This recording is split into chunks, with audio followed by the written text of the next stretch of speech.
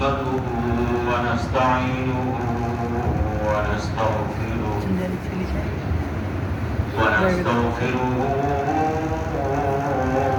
ونؤمن به ونتوكل عليه ونعوذ بالله من شرور أنفسنا ومن سيئات أعمالنا من يهده الله فلا مضل له ومن يضلل فلا هادي له شهادة أن لا إله إلا الله وحده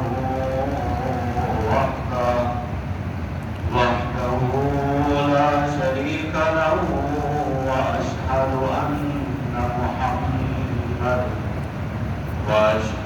أن محمدا عبده ورسوله أما بعد فأعوذ بالله من الشيطان الرجيم بسم الله الرحمن الرحيم لقد جاءكم رسول من أنفسكم عزيز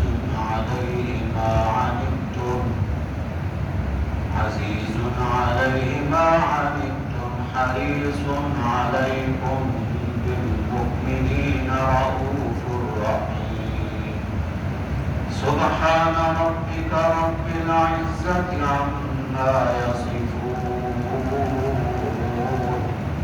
وسلام على المرسلين والحمد لله رب العالمين. بزرگان محترم، برادران عزیز، نبی اکرم صلی اللہ علیہ وسلم کی عظمت اور آپ کا خاص وہ حق جو اللہ رب العزت نے مسلمانوں پر عائد فرمایا ہے کہ ہم نے اتباع کرنی ہے اللہ کے رسول صلی اللہ علیہ وسلم کی اور محبت کرنی ہے ساری کائنات سے بڑھ کر اللہ کے نبی صلی اللہ علیہ وسلم کی ذات سے. یہ امام الانبیاء صلی اللہ علیہ وسلم کا ہم پر حق ہے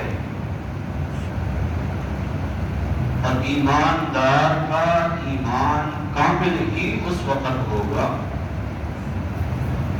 جب وہ ہر رشتے سے بڑھ کر محبت کرے امام الانبیاء صلی اللہ علیہ وسلم کی ذات سے.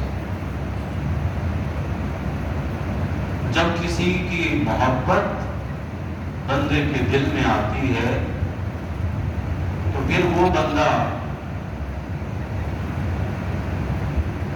یہ محبت کرنے والا یہ چاہتا ہے کہ میں ادائیں بھی وہی والی اپناؤں جو میرے محبوب کی ہیں.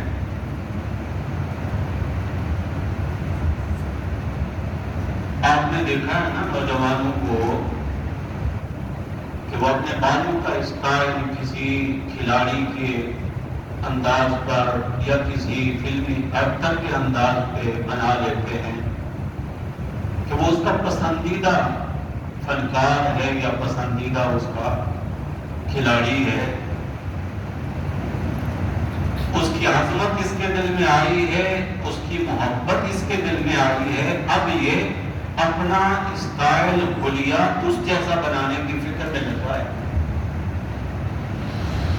جب امام الانبیاء صلی اللہ علیہ وسلم کی عظمت اور آپ کی سچی محبت میرے دل میں آئے گی تو پھر میری یہ کوشش ہوگی کہ میرا لباس، میرا حلیہ، میرا چال چلن، میرے اخلاق، میرے معاملات، میری معاشرت ویسی ہی ہو جیسی اللہ کے رسول صلی اللہ علیہ وسلم کی ہے. اس لیے محبت شرط ہے. محبت آئے گی اتباع کرنا اور آپ صلی اللہ علیہ وسلم کے پیچھے چلنا اور آپ صلی اللہ علیہ وسلم کی مبارک سنتوں کو اپنانا اپنی ذات پر لاگو کرنا بہت آسان ہو جائے گا، لیکن ہوگا کب؟ جب محبت اور عظمت دل میں ہوگی۔ اور اسی مثال سے آپ سمجھیے، ایک شاگرد اپنے استاد کا انداز اپناتا ہے، ایک بیٹا اپنے والد کا انداز اپناتا ہے، تو جب سارے رشتوں سے بڑھ کر محبت اللہ کے نبی صلی اللہ علیہ وسلم کی ہمارے دل میں آئے گی، عظمت آپ کی ہمارے دلوں میں ہوگی، تو پھر شادی بیاہ، خوشی غمی، رسوم اور رواج، پھر ساری چیزیں امام الانبیاء صلی اللہ علیہ وسلم کی تابع داری اور اتباع میں چلی جائیں گی۔ پھر اپنے رواج نہیں ہوں گے، پھر اپنی رسومات نہیں ہوں گی، پھر خاندان والوں کے رواج کو نہیں دیکھا جائے گا، پھر یہ نہیں دیکھا جائے گا کہ معاشرے میں کیا چل رہا ہے۔ پھر مسلمان یہ سوچنے پر مجبور ہوگا کہ شادی کے موقع پر یا غمی کے موقع پر میرے نبی صلی اللہ علیہ وسلم کا طریقہ کیا۔ آج جو مسلمان پستی کا شکار ہیں اور نیچے سے بھی نیچے گئے چلے جا رہے ہیں، وجہ اس کی یہی ہے کہ ہم اللہ کے نبی صلی اللہ علیہ وسلم کی سیرت سے دور ہوتے جا رہے ہیں۔ آپ نے دیکھا شادی کے موقع پر چونکہ مسلمانوں کو معلوم ہے کہ ولیمہ کرنا سنت ہے، بے شک سنت ہے، یہ تو پتہ ہے کہ ولیمہ کرنا سنت ہے، کیا ولیمے کے لیے قرض لینا بھی سنت ہے؟ اور دکھلاوا، جہاں ایک طرح کا کھانا کھلایا جائے وہاں 5 قسم کے کھانے کھلائے جائیں، اور وہ اتنی مقدار میں ہوں کہ صبح کے وقت وہ آپ کے بچے ہوئے کھانے جانور کھا رہے ہوں، کیا یہ بھی میرے نبی صلی اللہ علیہ وسلم کی سنت اور طریقہ ہے؟ اللہ کے نبی صلی اللہ علیہ وسلم کی سنت اور آپ کا حکم تو یہ ہے کہ ولیمہ کرو، اگرچہ تمہارے پاس استطاعت صرف اتنی ہے کہ تم ایک بکری ذبح کر سکتے ہو۔ لیکن میں کیا کہتا ہوں، برادری میں، دوستوں میں، معاشرے میں نے اپنا اسٹیٹس اونچا رکھنا ہے۔ دوسرے لفظوں میں ہم کیا کہتے ہیں، ناک اونچی رکھنا۔ مطلب کیا ہوتا ہے؟ عزت۔ اور اللہ کے رسول صلی اللہ علیہ وسلم کی عزت سے بڑھ کر بھی کسی کی عزت ہو سکتی ہے؟ اللہ کی قسم، اللہ کی نظر میں سب سے زیادہ عزت اللہ کے رسول صلی اللہ علیہ وسلم کی۔ قرآن میں اللہ کہہ رہے وَلِلَّهِ الْعِزَّةُ وَلِرَسُولِهِ، مومنین کی عزت آ رہی ہے بعد میں، پہلے نمبر پر عزت تو اللہ کی ہے، پھر اس کے رسول کی عزت ہے، وَلِلْمُؤْمِنِينَ، اور بعد میں ایمان والوں کی عزت ہے، اور ایمان والے بھی وہ جو میرے نبی صلی اللہ علیہ وسلم کی سیرت پہ عمل پیرا ہے۔ جب ام المومنین سیدہ صفیہ رضی اللہ تعالی عنہا کے ساتھ نبی کریم صلی اللہ علیہ وسلم نے نکاح فرمایا، اللہ کرے مسلمان اپنے نبی کو پہچاننے والا بنے، اپنے نبی کی سیرت کا مطالعہ کرے، اپنے نبی کی شخصیت کو پہچانے۔ جب جانیں گے نہیں تو عمل کیسے کریں؟ سرسری طور پر چند منٹوں کے لیے کسی عالم کی گفتگو میں سن لینا کافی نہیں ہے۔ حضور اکرم صلی اللہ علیہ وسلم کی سیرت کو پڑھیں، سمجھیں۔ یہ اس شخصیت کی شادی ہوئی ہے، نکاح ہوا ہے کہ اللہ کے بعد کسی کا اگر مقام ہے تو میرے نبی صلی اللہ علیہ وسلم کا۔ کیا صاحب آپ سب کا بھی یہی ایمان ہے نا؟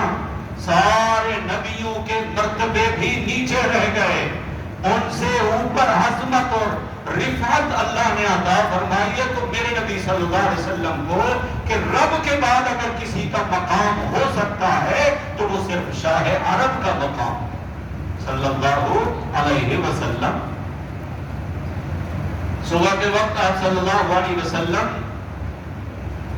اعلان فرماتے ہیں قافلے والوں کے پاس، چونکہ یہ نکاح ہوا تھا جہاد کے سفر میں، وہی نکاح ہوا، اب وہاں ولیمہ کر رہے ہیں حضور اکرم صلی اللہ علیہ وسلم، کھانے کو کچھ نہیں، ولیمہ کرنا میرے نبی کی سنت ہے، لیکن اعلان کیا فرمایا، جس کے پاس کھانے پینے کی جو چیز ہے سبھی لے کر آ جاؤ۔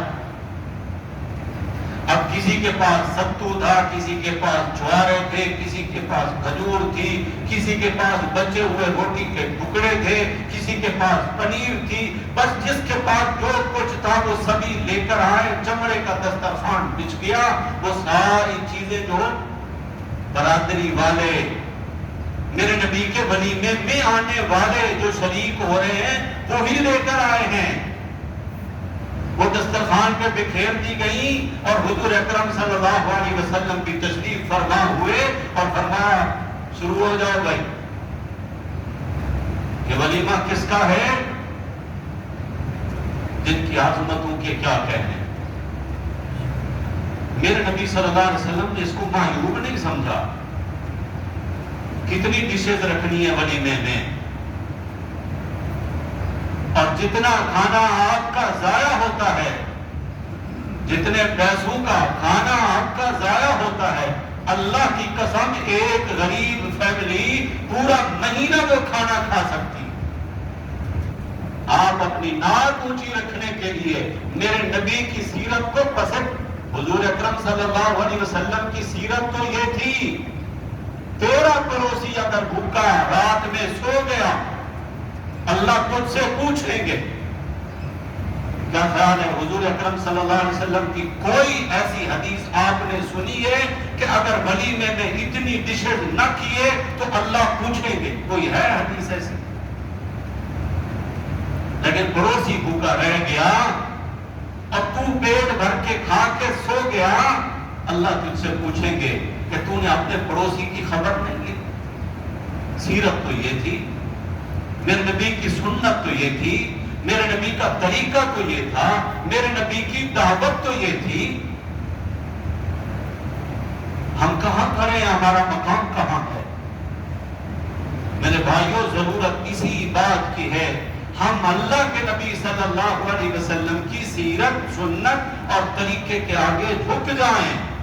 طریقہ حسین بھی وہی، طریقہ اعلیٰ بھی وہی، سنت پیاری بھی وہی جو میرے نبی صلی اللہ علیہ وسلم نے جاری فرمائی ہے۔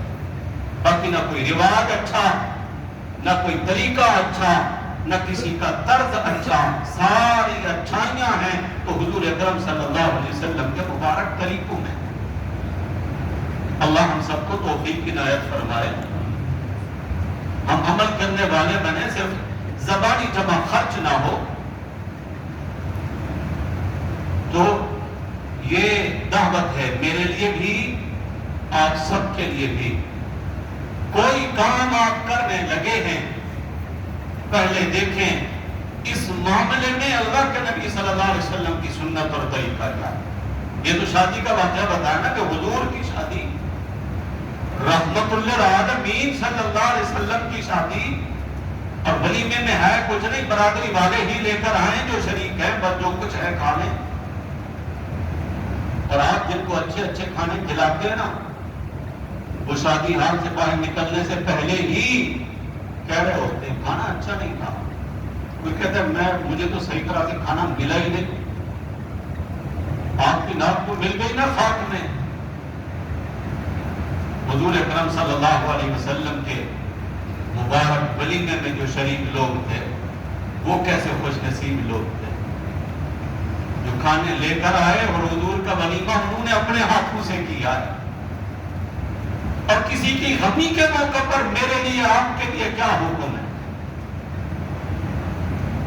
اور پھر اپنے موجودہ رسوم اور رواج کو دیکھتے ہوئے ہم نے اپنے گریبانوں میں جھانکنا ہے، ارد گرد دیکھنا ہے، اور یہ دعوت اپنے ذہن میں بٹھا کر جس محفل میں بھی آپ بیٹھو، میرے نبی کی عظمت کی بات ہے، محبت کی بات ہے، طریقے اور سنت کی بات ہے، بے شک کسی بھی مسلک کے عالم سے تصدیق کرا لیجیے گا۔ لیکن آگے یہ دعوت پہنچانا آپ کی ذمہ داری. اگر دوستوں کے ساتھ بیٹھ کر آپ سیاست کے موضوع پہ گفتگو کر سکتے ہیں، کیا میرے نبی کی عظمت، محبت اور سنت کے موضوع پہ گفتگو نہیں ہو سکتی؟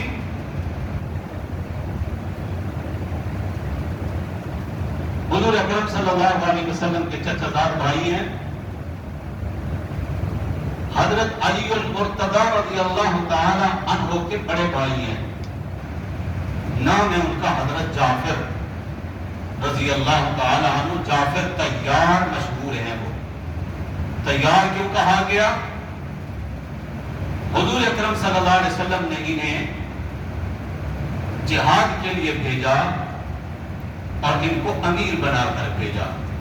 جھنڈا ان کے ہاتھ میں، تلوار لے کر دشمن سے بھیڑ گئے. بالآخر کافروں کو مارتے مارتے ان کا ایک ہاتھ کٹ گیا، جھنڈا دوسرے ہاتھ میں اٹھا لیا. دوسرا ہاتھ کٹ گیا تو کٹے ہوئے ہاتھوں سے گردن کے نیچے سے یوں سینے کے ساتھ چمٹا لیا جھنڈے کو، اسلام کا پرچم گرنے نہ پائے. اور بالآخر میرے نبی کے صحابی اور حضور کا چچا زاد بھائی بھی ہے، شہید ہو گئے. جھنڈا دوسرے صحابی نے اٹھا لیا. حضور اکرم صلی اللہ علیہ وسلم کو اللہ نے یہ سارا منظر دور دراز کے حائل پردے ہٹا کر دکھایا. اور حضور اکرم صلی اللہ علیہ وسلم نے صحابہ کو خبر دی، چونکہ جعفر کے دونوں ہاتھ کٹ گئے، اللہ نے ان کو 2 پر عطا فرمائے ہیں. جعفر جنت میں اڑ رہے ہیں. آپ لوگ بھی جہاز کو کیا کہتے ہیں؟ طیارہ کہتے ہیں نا. طیارہ یہ اسی طیر طیور پرندے کو کہتے ہیں. جعفر طیار کو طیار اسی لیے کہا گیا کہ اللہ نے ان کو 2 پر عطا فرمائے جس سے وہ جنت میں اڑ رہے ہیں. حضور نے خبر دی. جب یہ شہید ہوئے حضور کو پتہ چلا، نبی اکرم صلی اللہ علیہ وسلم ان کے گھر تشریف لائے. اب یہ غمی والا گھر ہے. حضور اکرم صلی اللہ علیہ وسلم بھی اگرچہ قریبی عزیز ہیں، رشتہ دار ہیں. طریقہ اور سنت کیا ہے میرے نبی کی؟ آپ صلی اللہ علیہ وسلم نے گھر والوں کو تعزیتی کلمات سے انا للہ و انا الیہ راجعون تعزیت فرمائی. ان کی اولاد کو، بچے بچیوں کو دلاسے دیے، سر پہ مبارک ہاتھ پھیرا. میرے خیال میں آگے بڑھ جاؤں گا. یہ کلمات کہہ کے ذرا تصور کیا کریں ان خوش بختوں کا جنہیں دلاسے دینے والے اللہ کے محبوب صلی اللہ علیہ وسلم ہیں، جن کے آنسو پوچھنے والے نبی کریم صلی اللہ علیہ وسلم ہیں، جن کو تسلی دینے کے لیے مبارک ہاتھ جن کے سروں پر پھیرنے والے امام الانبیاء صلی اللہ علیہ وسلم. کیسے نصیب ہیں ان لوگوں کے. اور پھر حضور گھر تشریف لائے، اپنے گھر تشریف لائے اور گھر والوں سے فرمایا جعفر کے گھر والے غم زدہ ہیں، ان کے لیے کھانے کا انتظام کرو.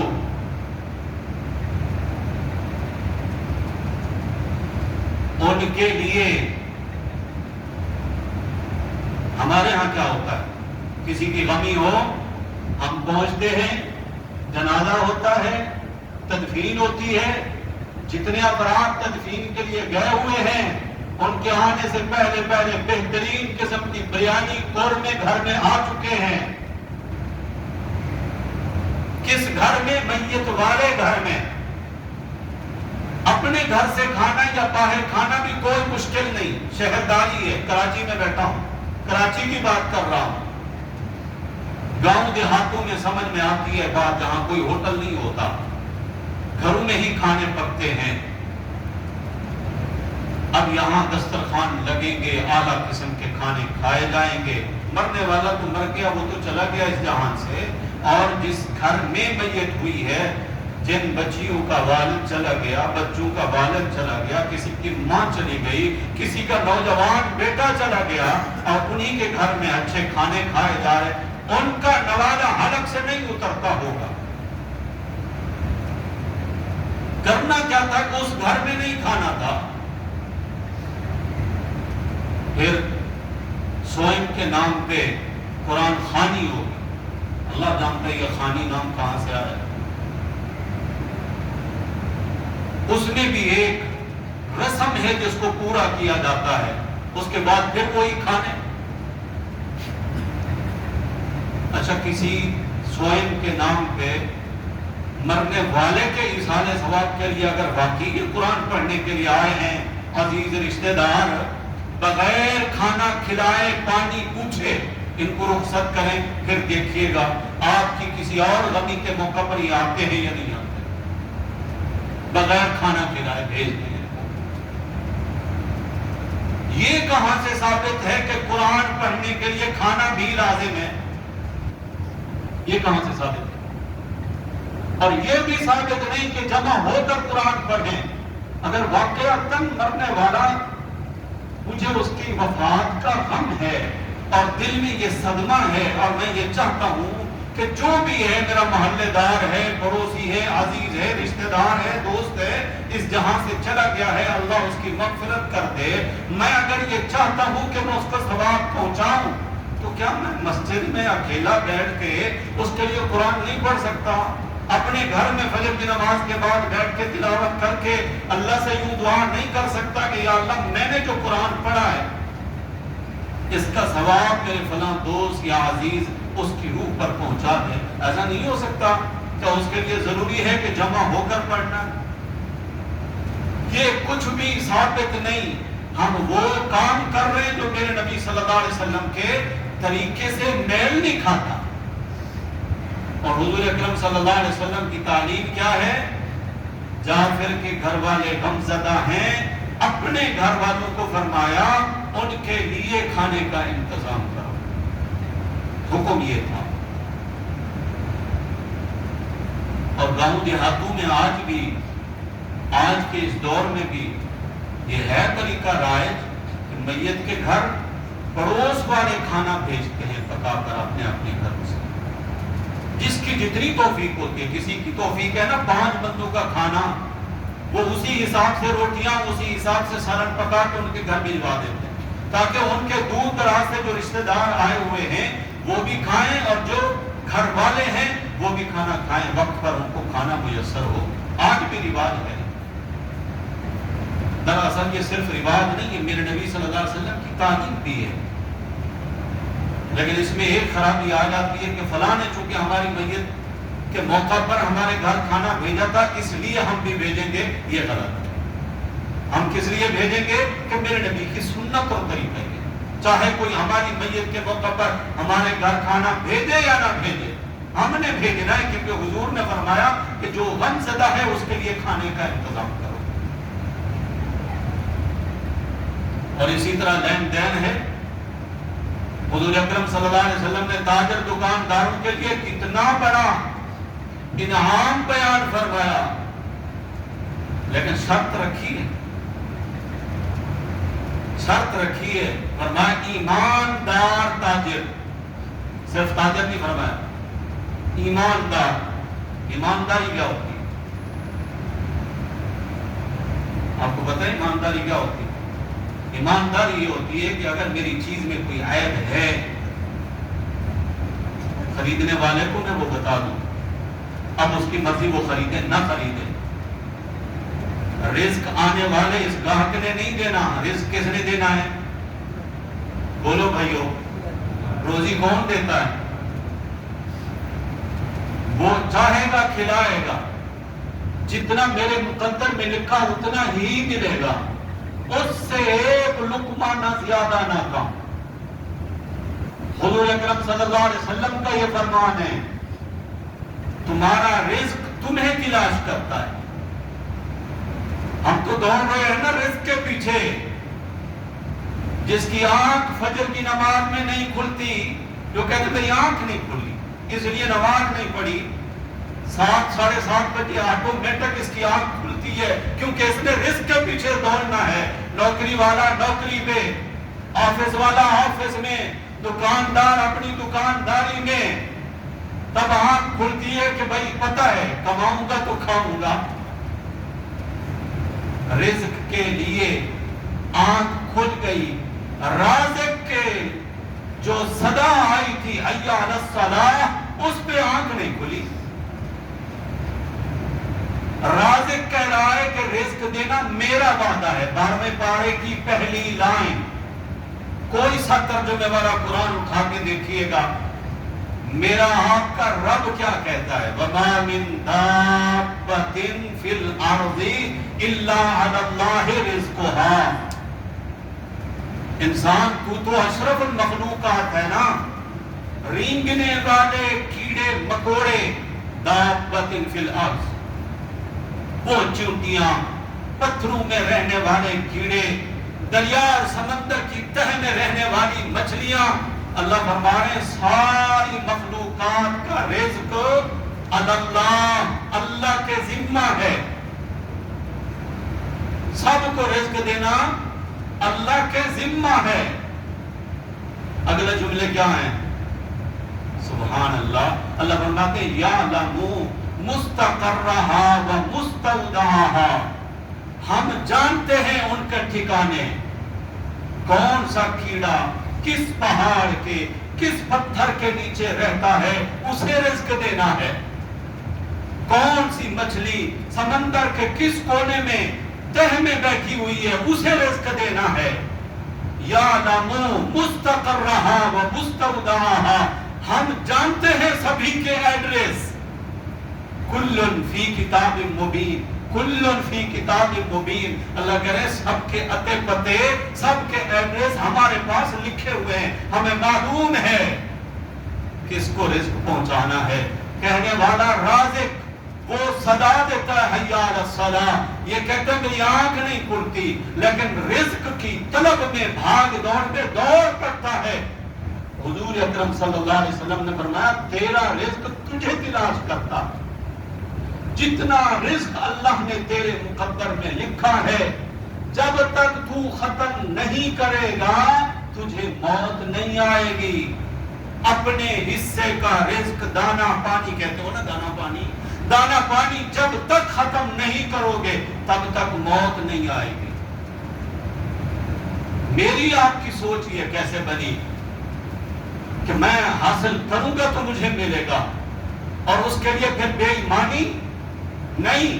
حضور اکرم صلی اللہ علیہ وسلم کا وہ فرمان سنانے چلا تھا، ایماندار تاجر جو سودا بیچتے ہوئے جھوٹ نہیں بولتا، بلا وجہ کی قسمیں نہیں کھاتا، کہ چیز تو ہے 50 روپے کی، گاہک کو مطمئن کرنے کے لیے قسم کھا لے کہ 70 روپے کی میری آئی ہوئی ہے، اب میں کتنے کی بیچوں، اور میں نہیں یہ نہیں۔ ایماندار تاجر قیامت کے دن، میرے نبی صلی اللہ علیہ وسلم کا فرمان ہے، نبیوں کی صف میں کھڑے ہوں گے۔ شرط کیا ہے؟ ایمانداری کے ساتھ اگر تجارت کی ہے۔ کوئی قافلہ آیا تھا، مدینہ منورہ کے باہر کہیں پڑاؤ ڈالا تھا، حضور اکرم صلی اللہ علیہ وسلم تشریف لے جا رہے تھے، آپ صلی اللہ علیہ وسلم نے دیکھا ایک گھوڑا میرے نبی صلی اللہ علیہ وسلم کو پسند آیا قافلے والوں کا، پوچھا کہ یہ فروخت کرو گے؟ قافلے والے کوئی دور دراز کے لوگ تھے جو میرے نبی کو نہیں جانتے تھے، کوئی جان پہچان نہیں تھی۔ حضور اکرم صلی اللہ علیہ وسلم نے جب ان سے بات چیت فرمائی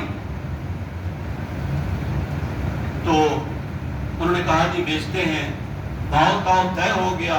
آپ صلی اللہ علیہ وسلم نے خرید لیا اور فرمایا کہ میں گھر جا کر اس کی جو قیمت ہے وہ بھجوا دیتا ہوں، اور گھوڑا بھی لے کر حضور اکرم صلی اللہ علیہ وسلم اپنے گھر تشریف لے گئے۔ اب قافلہ مدینہ سے کافی باہر کہیں تھا، جب حضور چلے گئے نا تو قافلے والے آپس میں باتیں کرنے لگے کہ یار کیسا معاملہ کیا ہم لوگوں نے، ایک بندے کو ہم سرے سے جانتے ہی نہیں، گھوڑا بھی اس کو دے دیا، وہ لے کے چلا گیا، قیمت بھی اس نے نہیں دی ہے، اب اس کی مرضی وہ واپس آئے نہ آئے ہم کہاں تلاش کریں گے، نام تک بھی ہم نے نہیں پوچھا۔ ایک بڑھیا بیٹھی تھی، اس نے کہا کہ تم لوگوں نے اس کے چہرے کو نہیں دیکھا تھا، معاملہ کرنے والا کیسا تھا غور سے نہیں دیکھا تھا، اسے دیکھ لینا وہ تمہارے ساتھ کیسا برتاؤ کرتے ہیں۔ اور ایسا بھی ہوا کہ کچھ ہی دیر میں نبی کریم صلی اللہ علیہ وسلم نے اس گھوڑے کی قیمت بھی اور پورے قافلے والوں کے لیے کھانے کا انتظام کرا کے اپنے خدام کو بھیجا. پردیسی مسافر لوگ ہیں, پڑاؤ کیے ہوئے ہیں, کہاں سے بیچارے کھائیں پیئیں گے؟ گھوڑے کی قیمت بھی دے کر آؤ, ان کو کھانا بھی کھلا کر آؤ.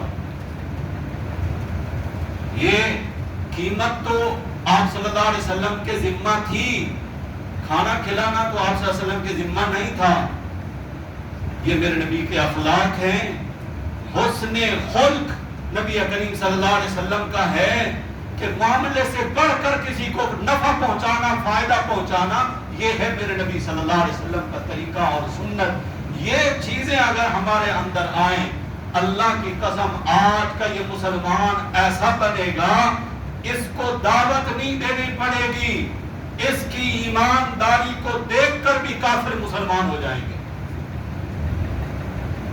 میری آج کی اس گفتگو کا خلاصہ اور دعوت یہی ہے بھائیو, حضور اکرم صلی اللہ علیہ وسلم کی عظمت, آپ کی محبت, آپ کا حق ہے کہ ہم ساری کائنات سے بڑھ کر حضور سے محبت کریں اور آپ صلی اللہ علیہ وسلم کی سنتوں کو, طریقوں کو اپنائیں, آپ صلی اللہ علیہ وسلم کی سیرت طیبہ کو اپنے اوپر لاگو کریں. اس میں ہماری کامیابی ہے.